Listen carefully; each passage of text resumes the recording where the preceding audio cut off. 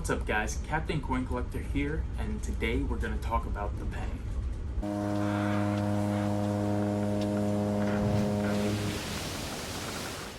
Now, you may ask yourself, what is there to talk about? To that, I reply, maybe it's time to get rid of the penny. I'm sure a lot of you are raising your eyebrows at me right now for saying that, especially as a coin collector, but someone has to say it. Don't get me wrong now, I love the penny, I love hunting them, but for this video, I'm going to share 5 reasons why we should get rid of the penny. But first, a little history about the penny. The penny was brought into circulation by the United States Mint in 1793. The flowing hair cent was just the beginning of a long line of pennies. The flowing hair cent was a large cent and was also made of 100% copper. Now, throughout the next 6 decades, the mint changed the design of this large cent 5 times. Next, it went to the Liberty cap, the draped bust, the classic head, the coronet, and then the braided hair design. Around the end of the braided hair large cent, the cost to produce a single penny rose with the price of copper. A solution to this was taken in 2 steps. The first step was to add to the composition a cheaper metal so that the price to produce a single penny would go down, and the second step was the introduction of the small cent. So in 1856, the Flying Eagle cent was born. This was the first year that the United States Mint produced a small cent coin.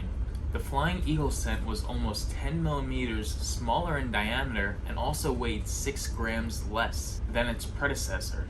Not only was the Flying Eagle cent smaller, but it was also composed of 2 metals instead of 1 metal being 100% copper. The composition of this penny changed to 88% copper and 12% nickel, and is the first change we'll see of many. Now, the Flying Eagle cent was produced for 3 years, 1856 through 1858, and after that, the Indian head cent was born. Up until 1864, the Indian head cent was composed the same way as the Flying Eagle cent, 88% copper, 12% nickel. But later that year, the composition changed to bronze, which is 95% copper and 5% tin and zinc. By changing to bronze, this was a huge money saver for the United States Mint. Not only did the United States Mint save money on the composition, but they also slimmed the coin as well. By dropping down on the thickness of the coin, the penny reduced its weight from 4.67 grams to 3.11 grams. Now, this composition of the penny lasted throughout the rest of the Indian heads, the wheat cents, and up until 1962 of the Lincoln Memorial cent, with a few exceptions. 1943 is a big one, and 1944 to 1946. In 1943, the United States demanded the mint make pennies of steel so that the copper can go towards the war efforts. In 1944 to 1946, pennies were minted with a gilding metal, which means that no tin was added to the composition. It was strictly a 95% copper, 5% zinc coin. The same composition as the 1944 to 1946 pennies lasted from 1962 to 1982. But again, in 1982, the composition of the penny will change for the last time from a gilding metal to a copper-plated zinc composition. Copper-plated zinc is 97.5% zinc, as well as 2.5% copper. This composition drastically changed the weight of the penny from 3.11 grams to 2.5 grams. Also, this is the composition that ended the Lincoln Memorial cent in 2008, the one that produced the Lincoln Bicentennial cents in 2009, and started the Lincoln Shield cent from 2010 to present day. Over the course of almost 230 years, it's crazy to see how much the penny has changed. But here's why the penny's history is relevant for our conversation on why we should abolish the penny from circulation in the United States. In most cases, the change in composition reflected the rising cost of productions of a single cent. Before the composition change in 1982, the Mint also tested different alternative metals to produce the penny. Aluminum and bronze-clad steel were both considered, but ultimately the United States Mint would choose aluminum in 1974. 1.5 million samples of the 1974 aluminum cent were struck, but they were rejected and the US Mint was forced to reconsider. This is why in 1982 they ended up using copper-plated zinc, which did help with the cost of production and bringing it down, but only for a few decades. Starting in 2006, we had the largest streak of loss to produce a penny in recent years. The cost to produce a penny did vary over time, but starting in 2006, it costed more than 1 cent to produce a penny. From 2006 to 2021, the cost of production ranged from 1.21 cents to 2.41 cents. In recent years, including last year for example, it costed about double to produce a penny than it was actually worth. Last year alone, the United States Mint struck 7.9 million pennies at 2.1 cents a piece. That costed the United States Mint $166 million to produce $79 million worth of currency. An $87 million loss might not seem like a lot of money, especially for a profitable company such as the United States Mint, but pennies do contribute towards a loss and have been for the last 17 years. So why should we get rid of the penny? Here are 5 reasons why we should get rid of the penny. The first reason, just like we stated, is that it costs more than the penny's worth to produce a single penny. Since 2006, the United States Mint has lost more than $1 billion producing pennies. For the most part, the United States Mint is profitable amongst its other coins, except for the penny and the nickel. If the United States does decide to get rid of the penny, maybe we can make nickels out of zinc-plated copper, thus reducing the cost of a nickel, as well as saving money not producing pennies. The number 2 reason, the penny is not worth as much as it used to be, especially in 2022 with this record inflation. This means that the penny is seemingly losing value. Let's take this example. Back in the 1950s, a movie ticket used to cost 28 cents. It made sense to have a penny in the 1950s when only handing the cashier 28 cents.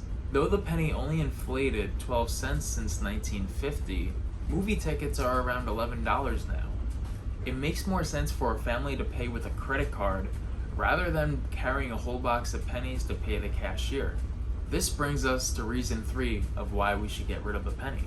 Back in the day, there was a saying, cash is king. That really isn't the case anymore, since the popularity of using a credit card or a debit card. In 2019 alone, only 1 in 4 transactions were made with cash. The other 75% were made with credit card.